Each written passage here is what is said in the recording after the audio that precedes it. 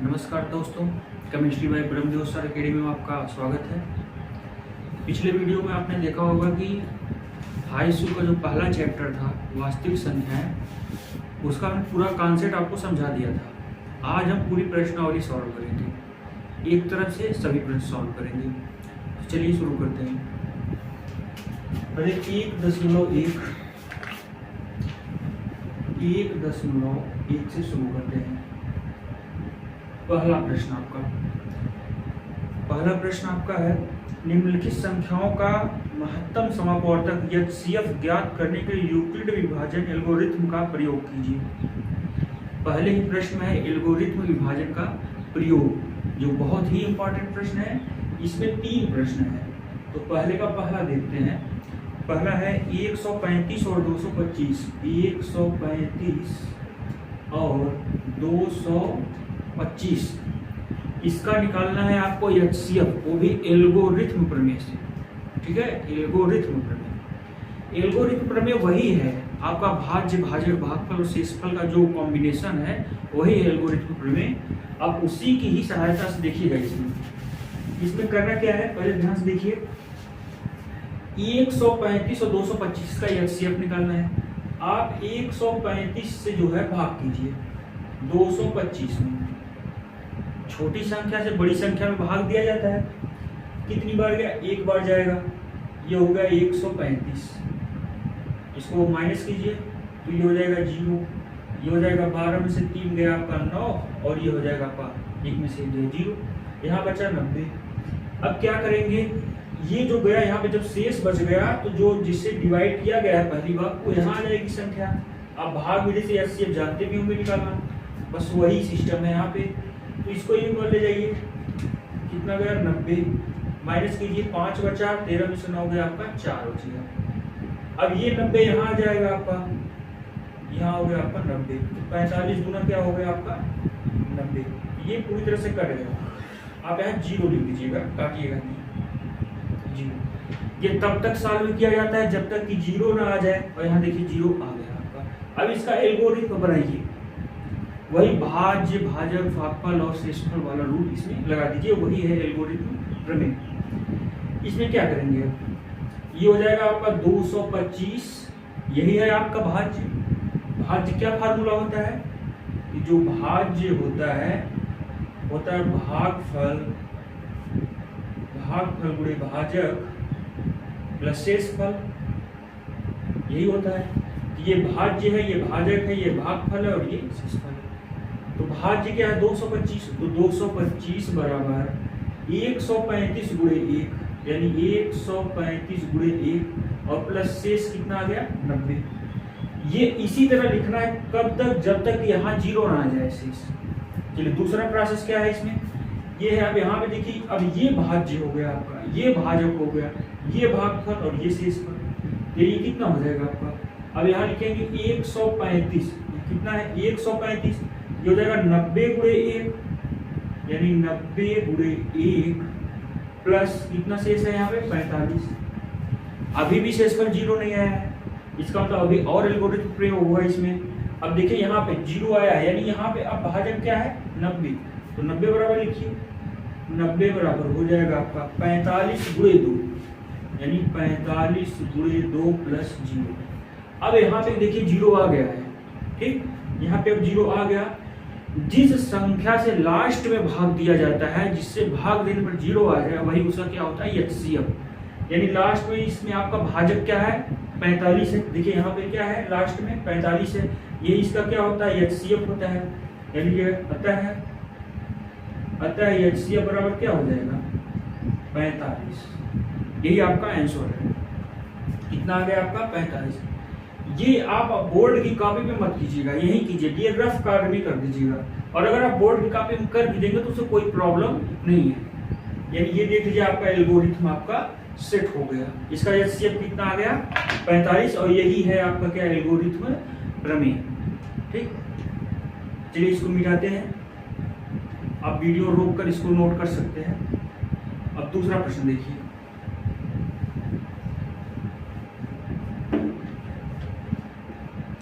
दूसरा प्रश्न है आपका 196 196 और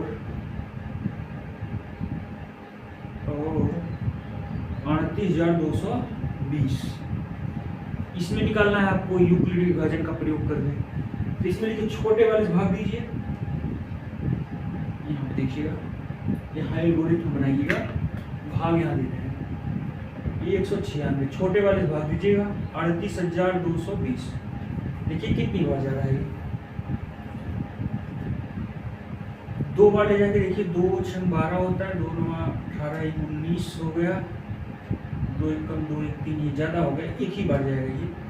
तो ये हो गया 196, 12 में से 6 गया 6, यहाँ बचेगा 7, 17 में से 9 गया 8, और यहाँ बचेगा 2 में से 1 गया 1।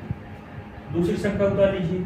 अब देखिए कितनी बार जा रहा है, तो ये जाएगा आपका 9 बार चिपिए, 9 6 54 हो गया, 9 9 81, 5 86 हो गया, और 9 1 कम 9 8 17 हो गया, ये जाएगा आपका 9 बार 1764 है। तो ये कितना हो गया आपका, 12 में से 4 गया 8 हो गया, 15 में से 6 गया आपका 9 हो गया, और इसके बाद जो है आपका यहाँ बचेगा ठीक 98 से बचा, 0 उतार लीजिए। अब देखिए कितनी बार जा रहा है,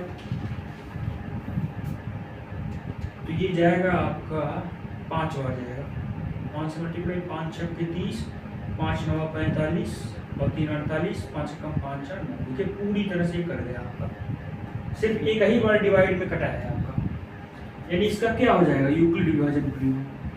ये आपका हो गया भाज्य, ये भाजक, ये भागफल और ये शेषफल। तो यहाँ क्या हो जाएगा 38,220 बराबर 196 गुणे 195 प्लस 0। जब 0 आ गया तो इसके आगे कुछ सॉल्व होगा ही नहीं, यानी आपका एल्गोरिथम प्रमेय आपका यहाँ पे लग गया। अब इसके आगे सॉल्व नहीं होगा, जो लास्ट में जिससे भाग दिया जाता है यहाँ पे भागफल होता है, वही उसका HCF होता है। इसका HCF क्या हो जाएगा, इसका HCF हो जाएगा 196, ये इसका आंसर है। चलिए मिटाते हैं इसको। हमें उम्मीद है कि अब समझ में आ गया होगा, फिर भी एक क्वेश्चन है उसको भी देख लीजिए। ये है आपका तीसरा क्वेश्चन, इसका तीसरा क्वेश्चन है आपका 867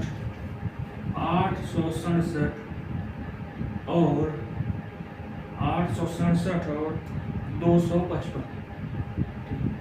छोटी संख्या से भाग दीजिए, इसमें भी 255 से भाग देंगे, किसमें 867 यानी बड़ी संख्या में भाग देंगे। तो देखिए कितनी बार जाएगा, ये 2 3 बार जाएगा, ले जाइए 3 5 15, 3 5 15 1 16, 3 2 6 1 7, 7 में से 5 गया आपका 2 और ये 0, ये 102 बच गया। अब क्या करेंगे, आगे कोई संख्या नहीं है, अब इसको यहाँ लिखेंगे सॉल्व करने के लिए आगे, तो 255 यहाँ आ गया। अब ये 2 बार जाएगा, 2 बार जाएगा कितना हो गया 204, घटा दीजिए 1 बचा, यहाँ 5 सिर्फ 51 बचा। अब 102 को इस साइड कर दीजिए क्योंकि अभी भी शेष बच रहा है, ये हो जाएगा 2 बार जाएगा, ये पूरी तरह से कट जाएगा आपका। कितनी बार गया है ये 2 बार, 51 दूना 102। अब इसमें एल्गोरिथम प्रमेय सेट कीजिए, वही भाज्य भाजक वाला। यहाँ कितना है 867 बराबर 255 गुणे 3, 255 गुणे 3 प्लस शेष कितना है 102।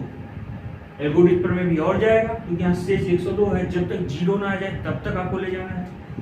अब यहाँ पे देखिए दूसरी लाइन में, अब ये 255 बराबर 255 102 गुणे 2, 102 गुणे 2 प्लस कितना हो गया ये 51।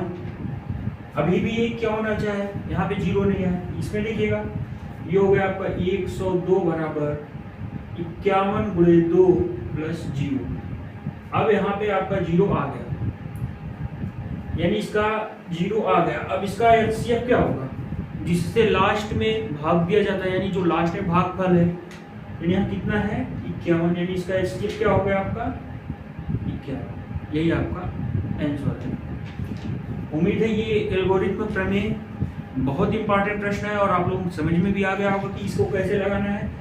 मिला जुला कर ये भाग विधि से एचसीएफ निकालने का रूल है। यही है आपका एल्गोरिथम प्रणव। चलिए इसको मिटाते हैं। अब क्वेश्चन नंबर 2 पे आ जाइए। क्वेश्चन नंबर 2 पे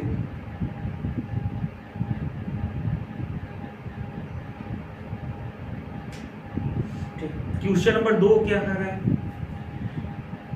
बोल रहा है दर्शाइए कि कोई भी धनात्मक विषम पूर्णांक 6q + 1, 6q + 3, 6q + 5 के रूप में होता है जहां q कोई पूर्णांक है।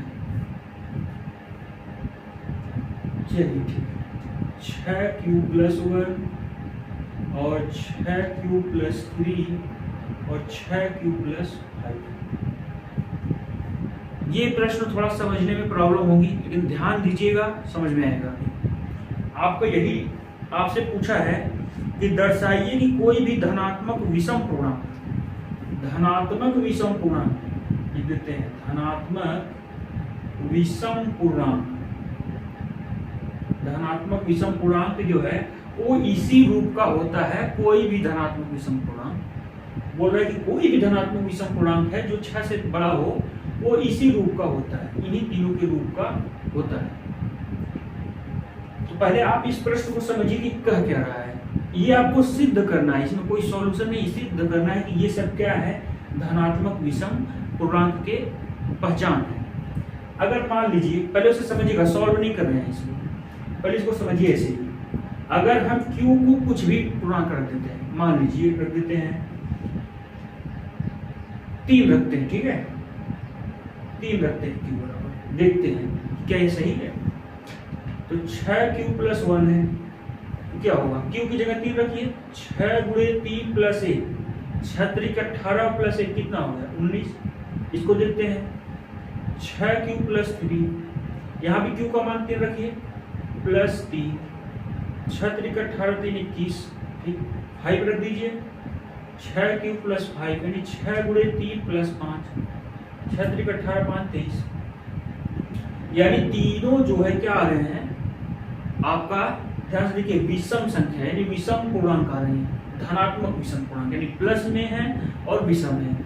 यही आपको सिद्ध करना है कि सिद्ध कीजिए कि विषम पूर्णांक है। एक आप इस मेथड से कर सकते हैं, ये गलत नहीं माना जाएगा।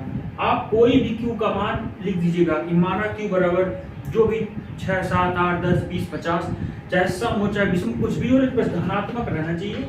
आप धनात्मक मान लीजिए और इन सभी का मान क्या आएगा, विषम पूर्णांक आएगा। और नीचे लिख दीजिएगा, आता है आपका 6q + 1, 6q + 3 और 6q + 5 आपका धनात्मक विषम पूर्णांक है। इस तरह से आप कर सकते हैं। जैसे हमने यहाँ पे क्या कर दिया, 3 रख कर दिया है। आप q बराबर कुछ भी रख दीजिए, मान लीजिए 20 रख देते हैं, किसी एक में रख दीजिए, मान लीजिए इसी में रखते हैं, इस वाले में। तो 6q + 3 है, इसका 20 रख दीजिए, 6 × 20 + 3 यानी 20 × 6 = 120, ये हो जाएगा कुल मिला के 130। ये भी देखिए विषम पूर्णांक है, ध्यान लीजिएगा। अतः 6q + 1, 6q + 3 और 6q + 5 एक विषम पूर्णांक है, एक विषम पूर्णांक। इस मेथड से आप कुछ भी मान के इसको सॉल्व कर सकते हैं। चलिए इसको हम एल्गोरिथम से सेट करते हैं। ये प्रश्न में एल्गोरिथम पूछा या नहीं, इसमें पूछा तो नहीं है, तो आप इसी विधि से कर सकते हैं, लेकिन एल्गोरिथम भी देख लीजिए इसको कैसे करते हैं।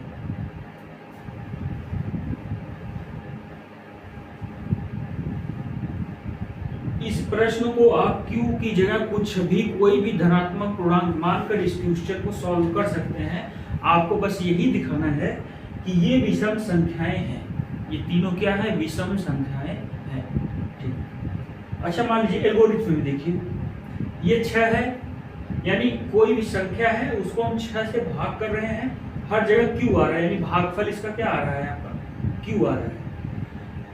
अब यहाँ पे मान लीजिए एक शेष आता है r, क्या आता है r, क्योंकि ये रिमाइंडर है, कुछ भी हो सकता है, 1, 2, 3, 4, 5, इसमें क्या लिखेंगे भी आगे बताते हैं आपको। मान लीजिए कि वो संख्या क्या है, p है आपकी, तो आप यूक्लिड विभाजन प्रयोग कैसे लगाएंगे, ये हो जाएगा आपका p बराबर 6 का गुणा इसमें होगा 6q + r, ये होगा, रिमाइंडर जुड़ता है, यानी भाज्य बराबर भाजक गुणे भागफल प्लस शेष, यानी P बराबर 6Q प्लस R, यानी ये इसको ऐसे सेट कर सकते हैं।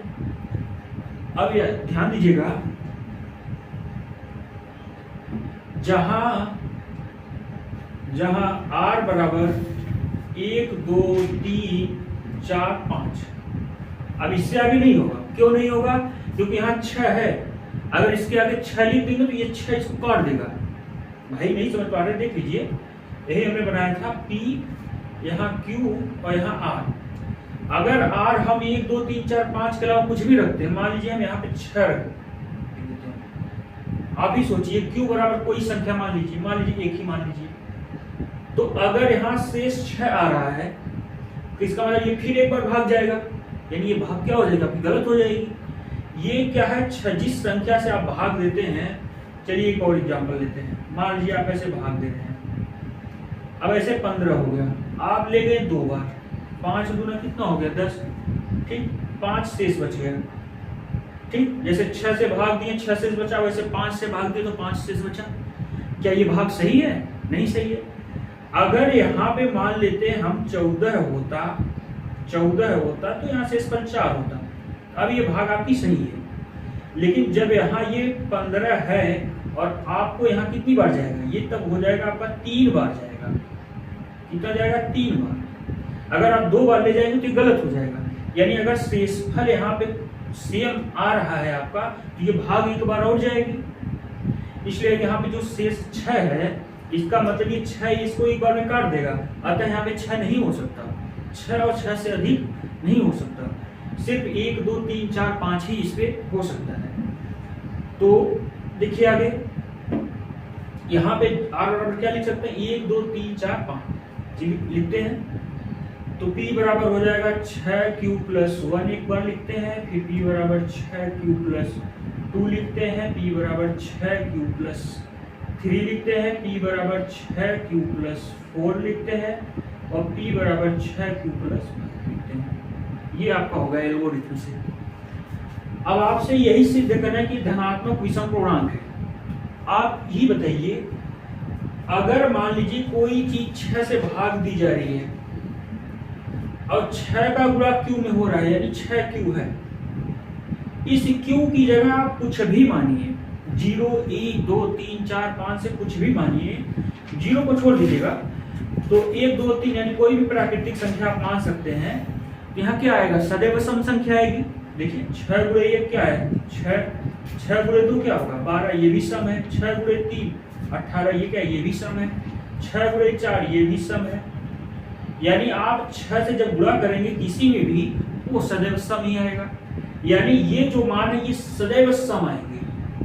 और अगर सम में सम संख्या जोड़ दिया जाए, अगर 6 में हम 2 जोड़ेंगे तो क्या आएगा 8, अगर इसमें 2 जोड़ेंगे तो क्या आएगा 14, अगर इसमें 2 जोड़ेंगे तो क्या आएगा 20, और इसमें 2 जोड़ेंगे तो हो जाएगा 26। यानी सम में सम संख्या जोड़ेंगे तो सम संख्या ही आएगी। लेकिन अगर सम में विषम जोड़ दिए, देखिए यहाँ पे 6 में अगर 1 जोड़ेंगे तो 7 विषम हो गया, 6 में यहाँ 12 में आप जो है 3 जोड़ेंगे तो ये क्या हो जाएगा 15 विषम। अगर किसी सम संख्या विषम संख्या जोड़ेंगे तो विषम आ जाएगा। तो यहाँ पे क्या हो जाएगा, अतः यहाँ क्या होगा, देखिए 6Q प्लस 1, 6Q क्या है, अतः ऐसे लिखिएगा, चूंकि 6Q एक सम संख्या है, 6Q एक सम संख्या है,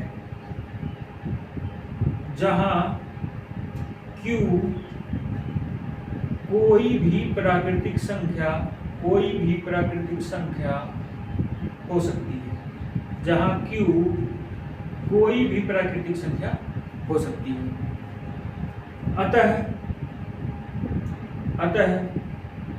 6Q प्लस 1, हमने अभी भी बताया कि अगर विषम संख्या जोड़ेंगे तो क्या हो जाएगी, विषम हो जाएगी, यानी 6Q प्लस 1, और ये तो सम हो गई, ये विषम है, ये विषम है, ये विषम, 6Q प्लस 1, 6Q प्लस 3 और 6Q प्लस 5 एक धनात्मक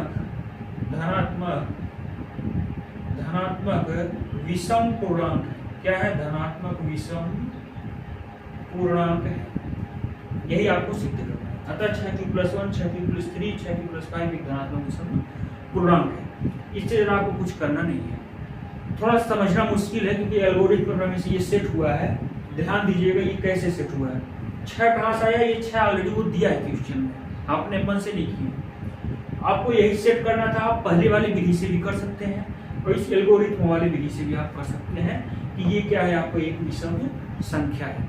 ठीक, नहीं समझ में आया तो बता दीजिएगा, इसको कमेंट कीजिएगा जरूर, क्योंकि थोड़ा सा ये टफ क्वेश्चन है। दोनों विधि से समझा दिए, जो उचित लगेगा आप कर लीजिएगा। चलिए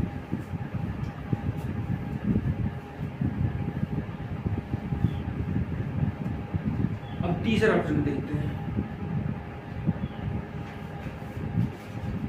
तीसरा प्रश्न है, किसी परेड में 616 सदस्यों वाली एक सेना की टुकड़ी को 32 सदस्यों वाले आर्मी बैंड के पीछे मार्च करना है। दोनों को समान संख्या वाले स्तंभों में मार्च करना है। उन स्तंभों की अधिकतम संख्या ज्ञात कीजिए जिसमें भी क्या है, मार्च कर सकते हैं। ठीक है, 616 और 32 है। 616 और 32 यानी कुल सैनिक कितने हैं? 616 हैं और उसी में जो है क्या है, 32 को बैंड बाजे वाले हैं। उन्हीं के पीछे जो है आपको मतलब एक समान संख्या में जितनी होंगे 32 वाट है, तो 32 में ऐसे बनेगा आपकी 32 लाइन। तो जितने सैनिक इस लाइन में होंगे उतने इसमें हर जगह सभी बराबर होंगे। ठीक है, ऐसे क्रम से जितने 32 बैंड बाजे वाले हैं यहाँ पे, उनके पीछे से 616 सैनिक लगे हुए हैं, वो भी सभी में समान होने चाहिए। तो ये पूछ रहा है कि एक लाइन में कितने आएंगे। ठीक है, एक लाइन में कितने सैनिक खड़े किए जाएंगे। तो इसका आप जो है एल्गोरिथम का शायद प्रयोग करने के लिए बोला है इसमें। नहीं, एल्गोरिथम का प्रयोग नहीं बोला है, आप जो है डायरेक्ट एचसीएफ निकालिए, इसका सॉल्व कीजिए। 32 से भाग कर दीजिएगा 616 में, ये क्या हो जाएगा, भाग यहाँ कीजिएगा, उसको एल्गोरिथम से कीजिएगा। ये हो जाएगा 32 616 भाग कीजिए, देखिए कितनी बार जाएगा। 32 एक बार जाएगा, 11 में से 2 गया 9, 5 में से 3 गया 2, 6 उतार लीजिए। अब ये कितनी बार जा रहा है, यानी ये जाएगा आपका 8 बार ले जाइए। 8 2 16, 8 3 24,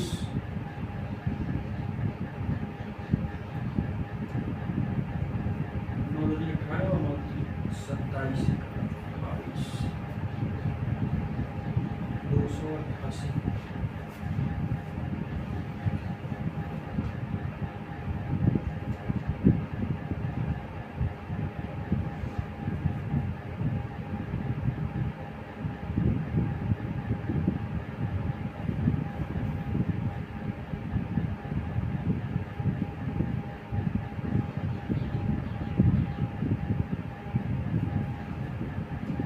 बढ़ रहा है यार, ये 9 बार ले जाइए इसको। 9 दूनी 18 हो गया आपका, और 9 3 27 हो गया, 27 और 28 हो गया। 16 में से 8 गया 8, सिर्फ 8 शेष बचा। 32 यहाँ कर लीजिए, ये कितना हो जाएगा, 8 चौके 32, ये 0 हो गया। यहाँ क्या है, 32 से भाग दिए तो 19 बार गया, तो कितना शेष आया था 8। 8 से जो है अब डिवाइड किए तो पूरी तरह से कर दिया। अब इसमें एल्गोरिथम सेट कर दीजिएगा। यहाँ क्या होगा 616, अब लगभग समझ गए होंगे आप लोग। 616 बराबर क्या होगा 32 गुणे 19, यानी 32 गुणे 19 प्लस इसका शेष कितना आया है आपका 8 आया है। यहाँ पे शेषफल कितना आया 8 आया है। अब यहाँ पे देखिएगा, यानी यहाँ हो जाएगा आपका 32 बराबर 8 गुणे 4, यानी 8 गुणे 4 प्लस 0। इसका एचसीएफ कितना हो गया 8, जिससे लास्ट में भाग दिया जाता है, क्या हो गया 8। यही आपका क्या है जो है आंसर। चलिए आगे बढ़ते हैं।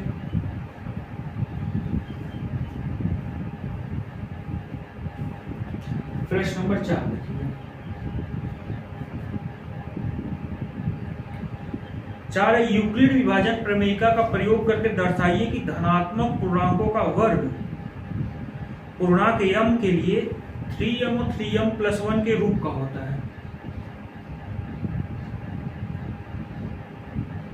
ये है धनात्मक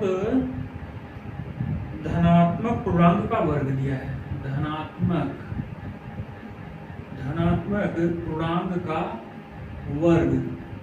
मतलब आप किसी भी इस प्रश्न को समझिएगा, आप किसी भी संख्या का वर्ग कीजिए तो वही इसी रूप का होता है। देखिए दिखा दें कैसे, पहले प्रश्न समझिएगा। मान लीजिए कोई संख्या का वर्ग लीजिए आप, पहले एक छोटी संख्या का लेते हैं, फिर एक दो बड़ी संख्या का, 3-4 एग्जाम्पल देते हैं आपको। मान लीजिए 16, किसका वर्ग है ये? 4 का है, 16 है, ठीक। और दो और ले लेते हैं, मान लीजिए कि ले लीजिए आप 11 का ले लीजिए, ये हो जाएगा 121। एक और बड़ा ले लीजिए, 25 का ले लीजिए, 625। इन तीनों पे देखिए, ये बोल रहा है कि कोई भी धनात्मक पूर्णांक का वर्ग इसी रूप का होता है। ये इस विधि से भी कर सकते हैं, कोई दिक्कत नहीं।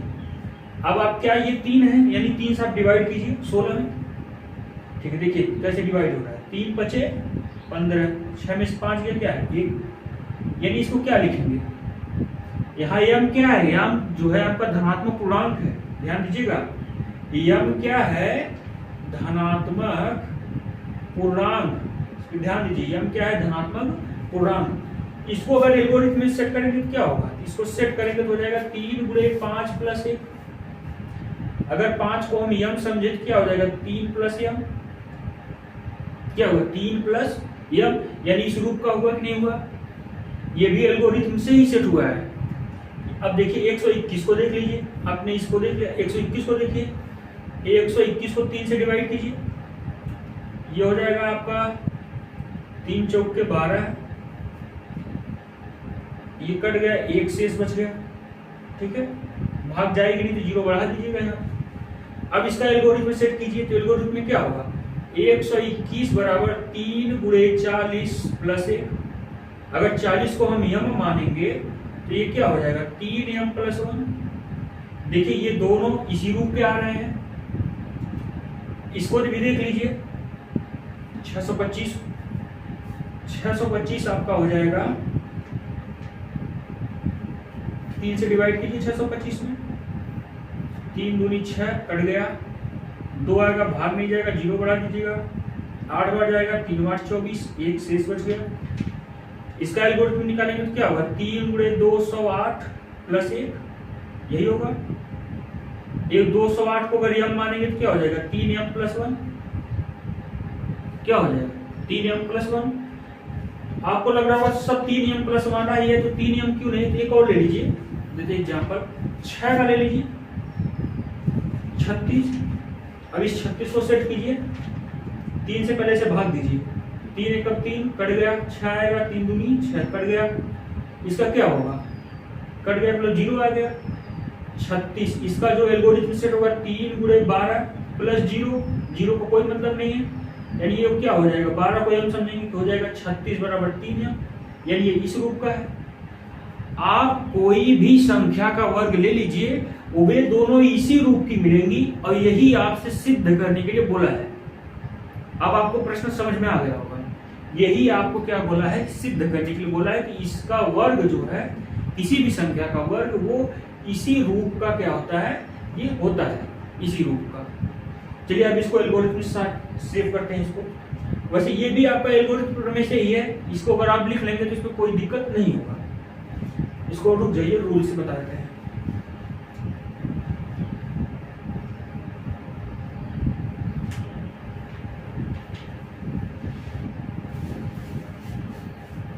पहले 4 को ले लीजिए, 4 का स्क्वायर 16 माना, ये 4 है, वर्ग करते हैं। अब इसका एल्गोरिथम सेट कीजिएगा, एल्गोरिथम अभी बताए हैं कैसे सेट हुआ है। यहाँ 16 है, आप 3 से डिवाइड कीजिएगा इसको, 3 बचे 15, 1 शेष बच गया। इसका एल्गोरिथम क्या होगा, इसका एल्गोरिथम होगा आपका 3 गुणे 5 प्लस 1, यानी हो जाएगा 16, यानी 3m प्लस 1।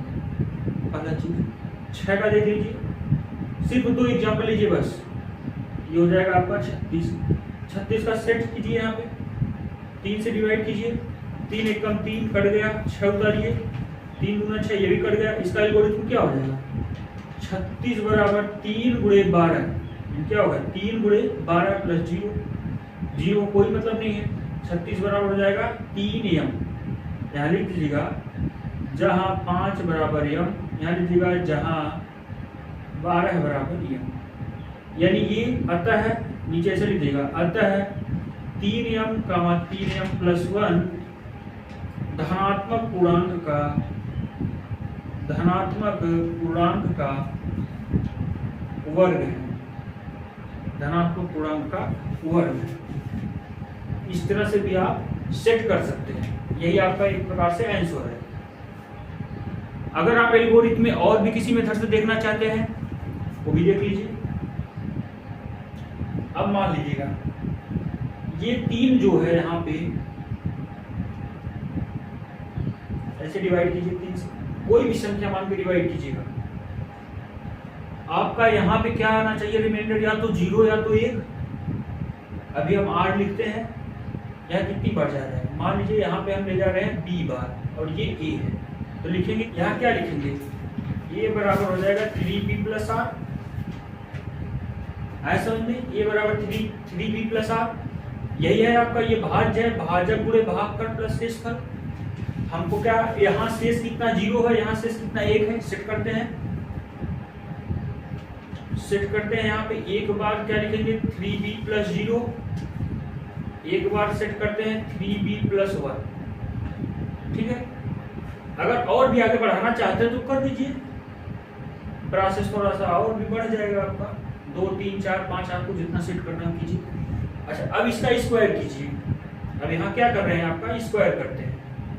a स्क्वायर निकालेंगे तो क्या हो जाएगा? 3b प्लस 0 का स्क्वायर। इसका स्क्वायर अगर करेंगे तो क्या हो जाएगा? a स्क्वायर बराबर हो जाएगा 3b प्लस 1 का स्क्वायर। इसका स्क्वायर करेंगे तो क्या होगा? 3b प्लस 2 का स्क्वायर, 3b प्लस 2 का स्क्वायर। अब यहाँ पे ध्यान से देखिएगा, ऊपर लिखते हैं, इसको मिटा के इसको ऊपर लिखिएगा। अब जब हम इसका स्क्वायर करेंगे तो क्या हो जाएगा? a स्क्वायर बराबर 9b स्क्वायर लिख सकते हैं, पहले वाले को 9b स्क्वायर।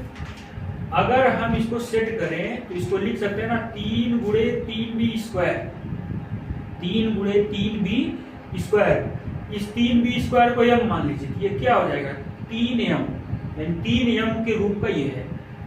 इसके बाद इसको देखिए दूसरा वाला 3b प्लस 1 का स्क्वायर, यानी 3b प्लस 1 का इसका करेंगे तो क्या आ जाएगा? a स्क्वायर यानी 9b square plus b square यानी 1 का स्क्वायर, 1 का स्क्वायर 1 ही रहेगा। इसके बाद ये 2ab होता है, यानी 2 3 6b, ये हो गया आपका। अब इसको कैसे सेट करेंगे? देखिए 9b स्क्वायर और प्लस 6b पहले लिख दीजिए, प्लस 1 कर दीजिए। इन दोनों में 3 कॉमन कीजिए, यहाँ क्या बचेगा? 3b स्क्वायर बचेगा और यहाँ बचेगा सिर्फ और सिर्फ 2b प्लस 1। अब यहाँ इसको m मान लीजिए, ये क्या हो जाएगा? 3m plus 1। आई बात समझिए, 3m प्लस 1। वैसे इस 3b प्लस 2 को भी देख लीजिए, 3b प्लस 2 जब इसका वर्ग करेंगे ये क्या हो जाएगा? a स्क्वायर बराबर इसका वर्ग करेंगे तो क्या हो जाएगा? 9b स्क्वायर प्लस 4 हो जाएगा, प्लस 2ab होता है, यानी 2 3 6 12 है b। ऐसा करके 9b स्क्वायर और 12b को आगे कर लेते हैं। अब इसको लिख सकते हैं 3 प्लस 1, इस 4 को यहाँ क्या करेंगे? 3 कॉमन कीजिएगा तो यहाँ बचेगा 3b स्क्वायर और यहाँ बचेगा 4b और यहाँ बचेगा a। इस 1 को बाहर कर दीजिएगा, इसमें कॉमन नहीं हुआ है। अब इस जगह को m मान लीजिए कि क्या हो जाएगा? 3m plus 1। इस तरह से आप जो है किसी भी संख्या का वर्ग करके आप निकाल सकते हैं इसका। यानी यहाँ लीजिएगा अतः 3m, यही चीज यहाँ पे लिख दीजिएगा, ध्यान से देखिए यही चीज। अतः 3m प्लस 1 धनात्मक पूर्णांक वर्ग है, और यह सिद्ध हो गया आपका।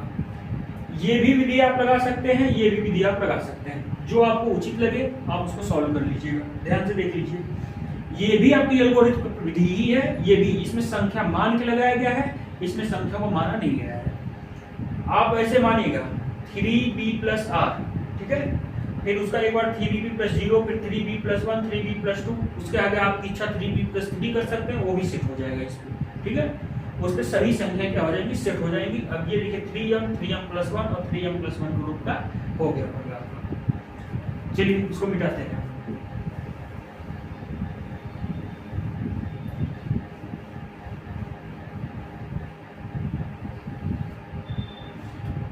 पांचवा प्रश्न है आपका, यूक्लिड विभाजन प्रमेयिका का प्रयोग करके दर्शाइए कि धनात्मक पूर्णांक का घन 9m प्लस 1 9m प्लस 8 के रूप का होता है। अब इसको आप योग लगाइएगा, 9m प्लस 1 9m प्लस 8 इसी रूप का होता है। इसको आपको प्रूफ करना है कि सभी धनात्मक पूर्णांक का घन इसी रूप का होता है। आप उसमें कुछ भी मानिए, जैसे उसमें यहाँ पे माने थे, इसमें क्या माने थे 3b करके, क्योंकि यहाँ 3 था। अब यहाँ आपको क्या मानेंगे 9 करके मानिएगा। यानी आपको क्या करना है, ऐसे समझिएगा, 9 से डिवाइड कीजिएगा, यहाँ b बनाइएगा, शेषफल r कर दीजिएगा, यहाँ a मान लीजिएगा। a बराबर क्या हो जाएगा 9b प्लस r, इस रूप का सेट हो गया। यहाँ पे मान लिखिएगा, यानी कि माना एल्गोरिथ्म प्रमेय a बराबर 9b प्लस r, क्या हुआ 9b प्लस r, जहां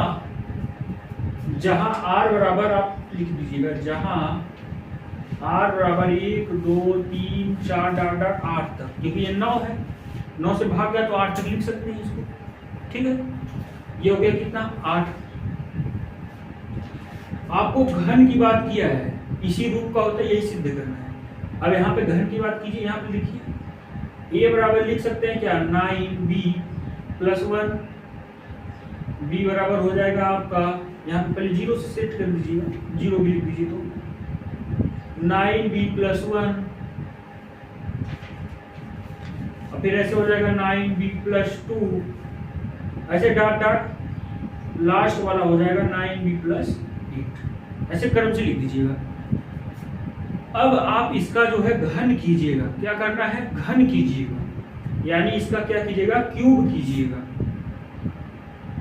क्या कीजिएगा क्यूब, इसका क्यूब करेंगे, यानी a क्यूब बराबर क्या होगा 9b का क्यूब, अगर इसका क्यूब करेंगे कितना हो जाएगा, ये हो जाएगा आपका 81 9 8 72 729 b क्यूब। इसका यहाँ क्या होगा 729 b क्यूब। इसको ध्यान दीजिए, पूरा कंप्लीट इसको लिखिएगा। इसको 9m के रूप में कैसे आएगा, 9 कॉमन कीजिएगा, यहाँ पे 9 बाहर करेंगे तो यहाँ कितना हो जाएगा 81 b क्यूब। आप 81 b क्यूब को क्या बनाएंगे, 81 b क्यूब को मान लीजिएगा m, क्या मानेंगे m, ये क्या हो जाएगा 9m के रूप का हो गया।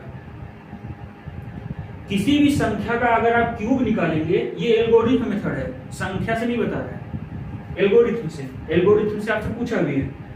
इसका कीजिए ये क्यूब, क्या हो जाएगा 9b प्लस 1, इसका क्यूब कीजिए, तो इसका आप क्या करेंगे a cube plus b cube, यानी क्या हो जाएगा ये 729 b क्यूब प्लस 1 हो जाएगा इसका, प्लस आपका होता है 3ab, यानी 3ab यानी 3 9 27 b, सॉरी यार क्या होता है 3a square b, 3a square b, a square यानी 81 b स्क्वायर, 81 3 1 कम 3 3 8 24 243 b square plus 3b square है, 3b स्क्वायर a, यानी हो जाएगा आपका 3 9 27 b, ये हो गया आपका।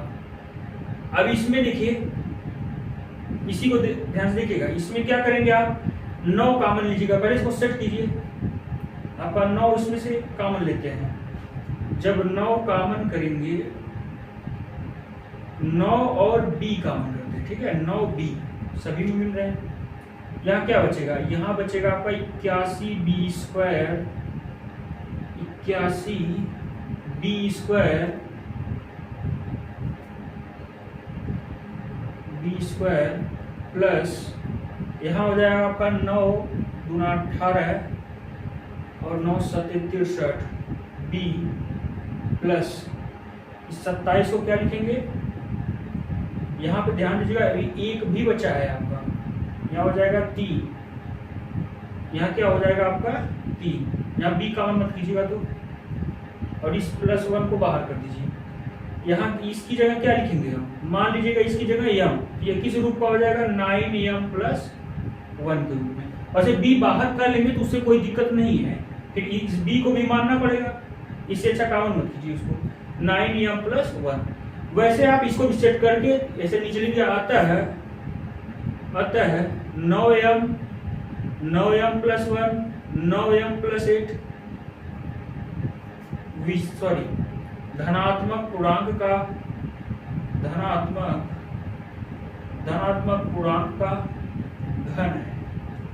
बस यही आपका प्रूफ हो गया।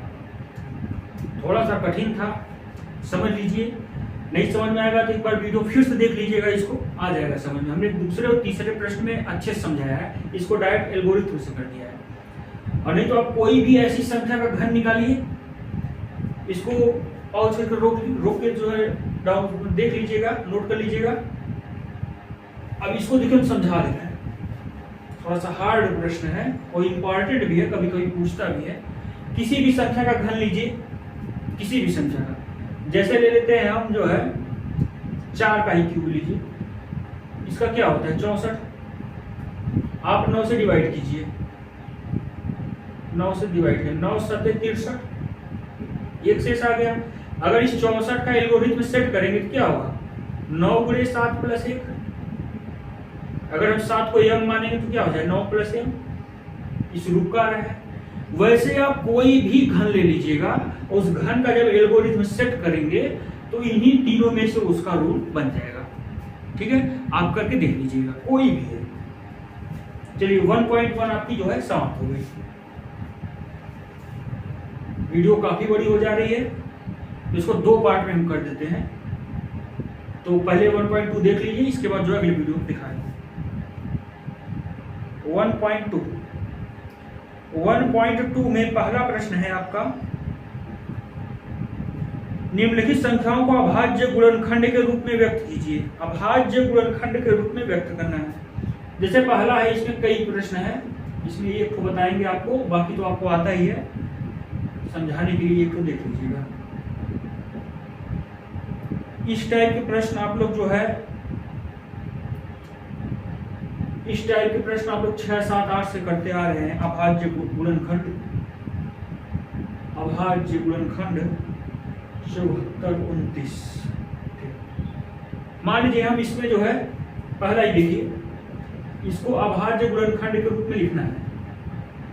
आप इसको जो है 140 को कर दीजिए गुणनखंड, ऐसे आप करते हैं 2 सत्ते, फिर 2 35 बार, ये 5 7 बार और 7 1 बार, सेट के 2 दूनी 4 5 20 20 सत्ते 140। इसका गुणनखंड क्या होगा 2 × 2 × 5 × 7, ये इसका आंसर है। अब आपको समझ में आ गया होगा, ये जो है आपका क्लास 6 7 का है, तो आप इसके सभी प्रश्न ऐसे ही कर सकते हैं। और या फिर आपकी इच्छा हुई 2 बार है तो इसकी पावर 2 हो जाएगा, 5 1 बार है, 7 1 बार, ऐसे भी कर दीजिएगा। आंसर में ऐसे ही दिया होगा, कोई दिक्कत नहीं है, यहाँ छोड़ दी, यहाँ छोड़ दी, कुछ भी कर सकते हैं आप। बाकी प्रश्न आप चारों जो है कर लीजिएगा। प्रश्न नंबर 2 देखिएगा, लिखा है पूर्णांकों के निम्नलिखित युग्मों के महत्तम समापवर्तक यानी HCF और लघुत्तम समापवर्तक यानी LCM ज्ञात कीजिए तथा जांच कीजिए कि संख्याओं का गुणनफल बराबर HCF × LCM। ये दूसरा कॉन्सेप्ट जो LCM × HCF बराबर पहली संख्या को दूसरी संख्या, जो पहली वीडियो में है कॉन्सेप्ट में, उसी पे ये प्रश्न पूछा है। कभी कभी बोर्ड में पूछ लेता है, बहुत इजी है ये, इससे आपको कोई परेशानी नहीं है। इसमें 3 प्रश्न है, तीनों को पहले लिखते हैं। 26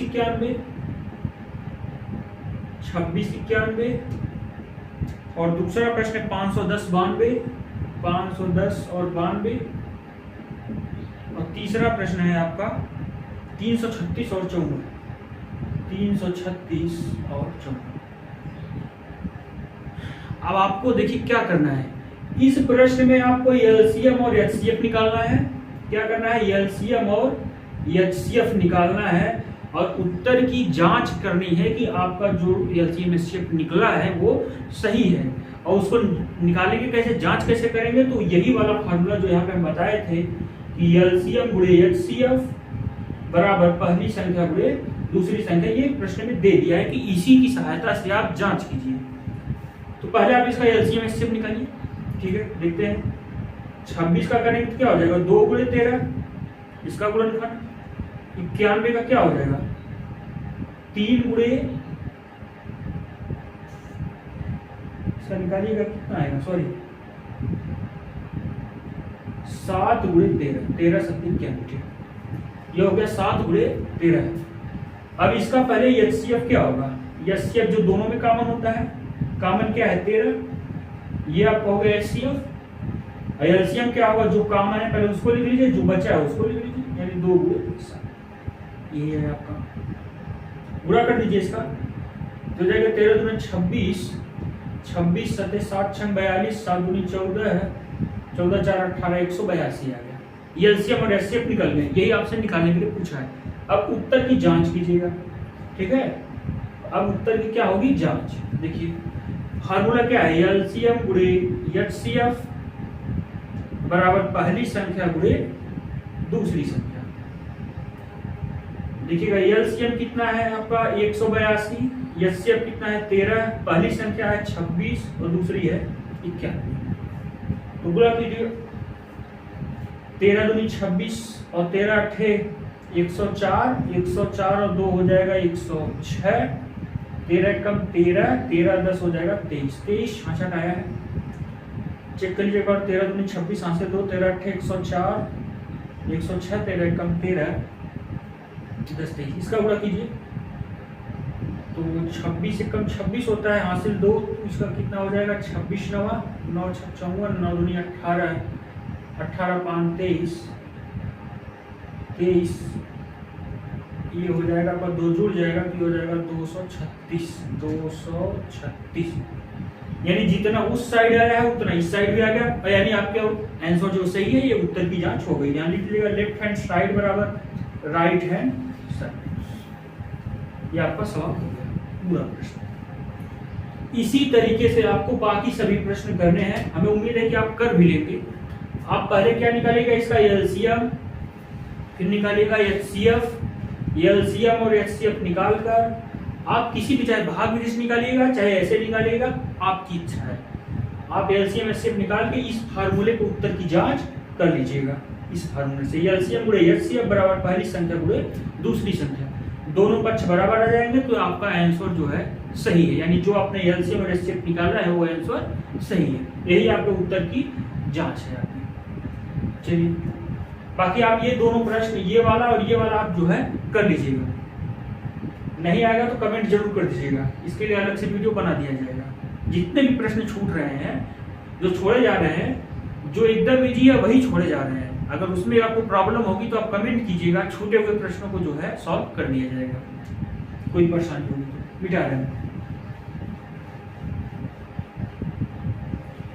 बहुत इजी है, आराम से सॉल्व कीजिए, हो जाएगा। प्रश्न नंबर 3 में देखिएगा क्या है।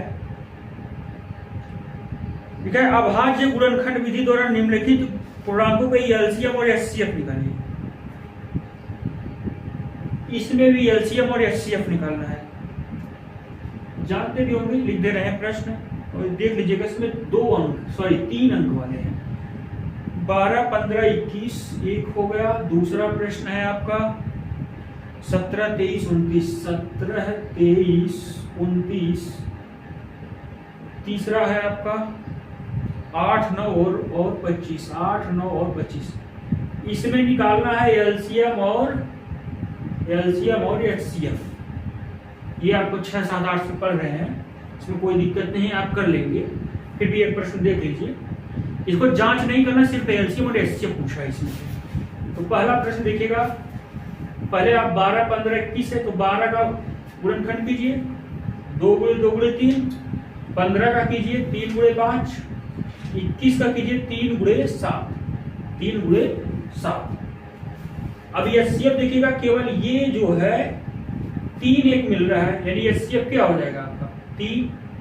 एलसीएम क्या हो जाएगा, पहले जो मिल रहा है सभी में उसको लिख लीजिए 3, बाकी जो नहीं मिल रहा है उसको लिखिए, यानी 2 गुणे 5 गुणे 7, 2 2 1 5 1 7 पूरा कर दीजिए। 3 दूनी 6 दूनी 12 पंजे 60 और 60 गुणे 7 यानी 7 6 42, 420 हो जाएगा आपका एलसीएम। HCF 3, LCM 420। बस ऐसे ही अगर आपकी इच्छा होगी एलसीएम ऐसे निकालना तो वैसे ही निकाल लीजिएगा, ऐसे करके। ये आपकी इच्छा है, जैसे आपको उचित लगे आप कर लीजिएगा। ऐसे निकालेगा तभी एलसीएम आएगा, लेकिन एचसीएफ निकालने के लिए इसी का प्रयोग कीजिएगा। चलिए मिटाते हैं।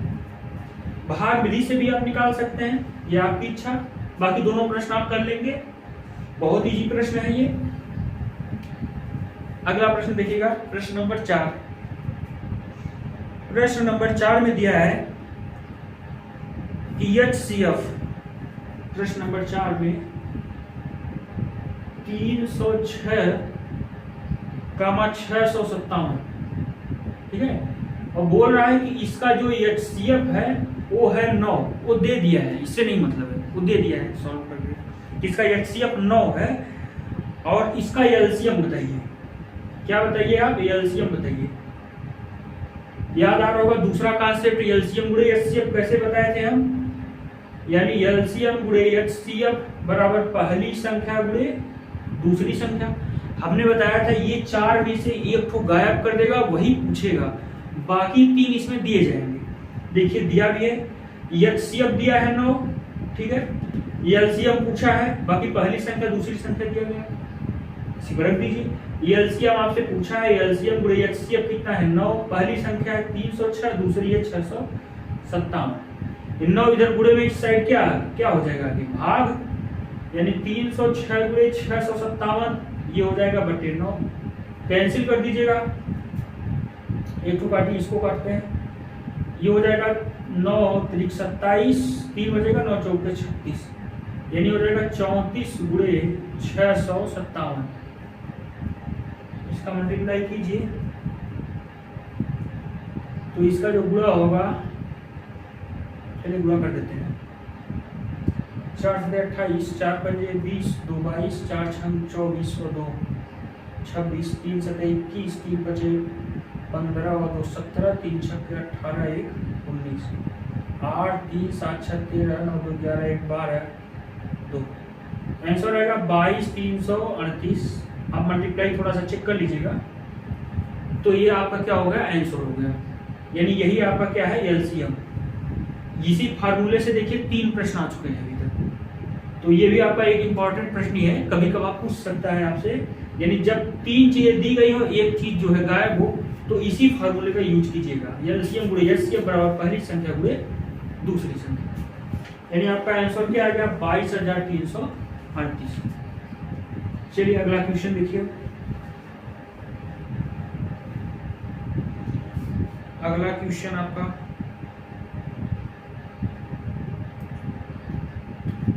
जांच कीजिए कि क्या किसी प्राकृतिक संख्या n के लिए, किसी प्राकृतिक संख्या n के लिए 6 के पावर n अंक 0 पर समाप्त होता है। 6 के पावर n जहां n प्राकृतिक संख्या है, n क्या है, प्राकृतिक संख्या है, जहां n क्या है, प्राकृतिक संख्या है, और ये कह रहा है 6 पावर n 0 पे समाप्त होता है। 6 के पावर n 0 पे कब समाप्त होगा, पहली चीज जब गुणनखंड क्या होता है 2 गुणे 5 के रूप में होगा। पहली चीज क्या होगा, 2 गुणे 5 के रूप में होगा। इसका कोई सॉल्यूशन नहीं है, ध्यान से देखिएगा, लिख रहे हैं इसमें, पहले समझ लीजिए। जब गुणनखंड 2 गुणे 5 होगा तभी तो 2 5 10 आएगा, तभी तो 0 आएगा। और कोई ऐसी संख्या नहीं है जिसका गुणा करने पर आपका 0 आए, यहाँ पे कोई ऐसी संख्या नहीं है। जबकि 6 का जब गुणनखंड करेंगे हम, 6 का गुणनखंड करेंगे तो 2 गुणे 3 आ रहा है, यहाँ पे 3 आ रहा है, यानी ये 5 अगर होता तो यहाँ पे 6 पावर n का 0 हो जाता। यहाँ पे आप n के पावर कुछ भी रखते, जैसे मान लीजिए कि ये 10 है, क्या है आपका, ये 10 है, 10 के पावर कोई भी प्राकृतिक संख्या लीजिए, 5 लिख दीजिए, कितना हो जाएगा 5 0, तब तो ये 0 आएगा 6 पावर n। लेकिन जब ये 6 है, 6 की पावर अगर हम 2 कर देते हैं तो ये आ जाएगा 36, 6 की पावर 3 करेंगे तो जाएगा 216, यानी 6 में क्या है, 0 कभी नहीं आएगा। ठीक है, यही आपको उससे प्रश्न पूछा है। इसमें बोला है कि जांच कीजिए किसी प्राकृतिक संख्या n के लिए 6 की पावर n अंक समाप्त हो सकते हैं, तो लीजिएगा नहीं। इसका आंसर क्या हो जाएगा, नहीं।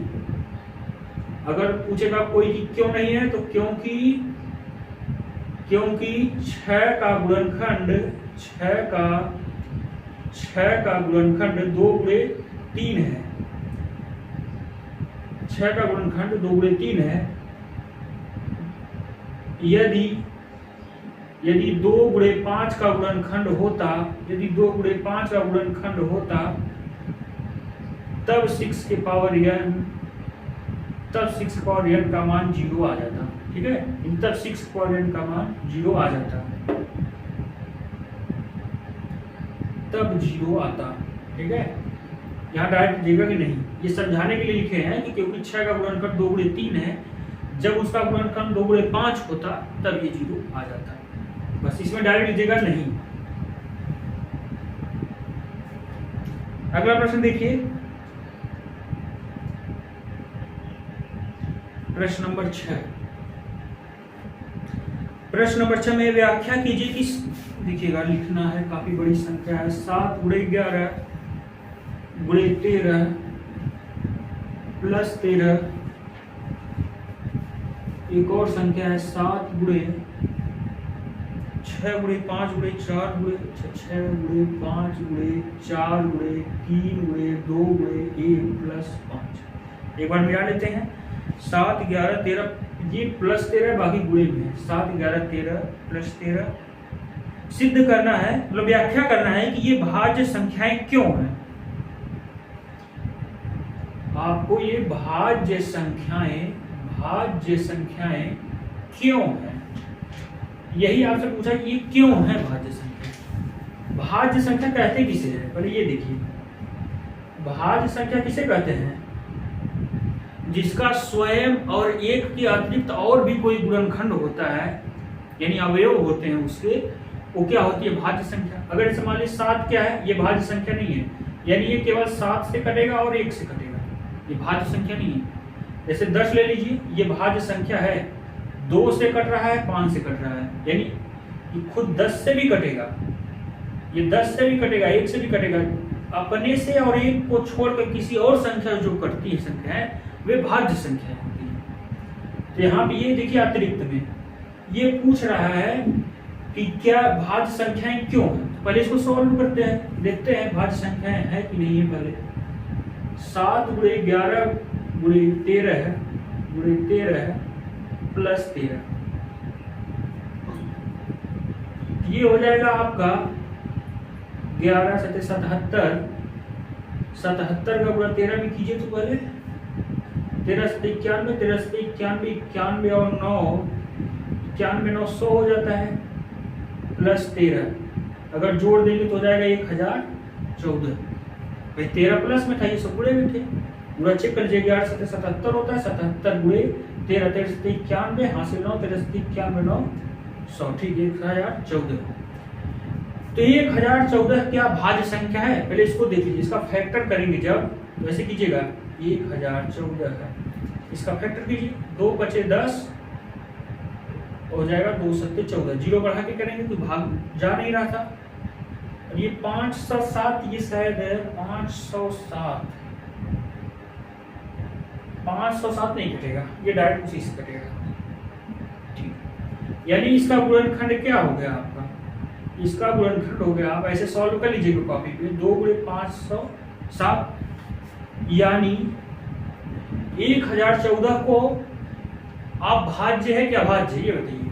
तो ये भाज्य है क्योंकि इसके 1014 है, 1014 और 1 के अतिरिक्त और भी 2 संख्याएं काट रही हैं। हमने बताया था स्वयं और 1 के अतिरिक्त कोई भी एक संख्या अगर काटेगी तो वो भाज्य संख्या हो जाएगी। अतः यहाँ पे लिखिएगा 1014 है कि 2 व 507 इसके गुणनखंड है, इसके गुणनखंड है, इसके गुणनखंड है। अतः अतः यह संख्या भाज्य संख्या होगी। अतः यह संख्या भाज्य संख्या होगी। ये आपको सॉल्व हो गया। अतः यह संख्या भाज्य संख्या होगी। चलिए ये हो गया, वीडियो रोक कर इसको नोट कर लीजिएगा। अब दूसरा देखते हैं। दूसरा प्रश्न, इसमें देखिए, इसका गुणा कीजिए 7 छंग 42, 7 छंग 42, 42 पच्चे हो जाएगा 5 दूना 10, यानी 5 दूना 10। पहले गुणा कर लेते हैं।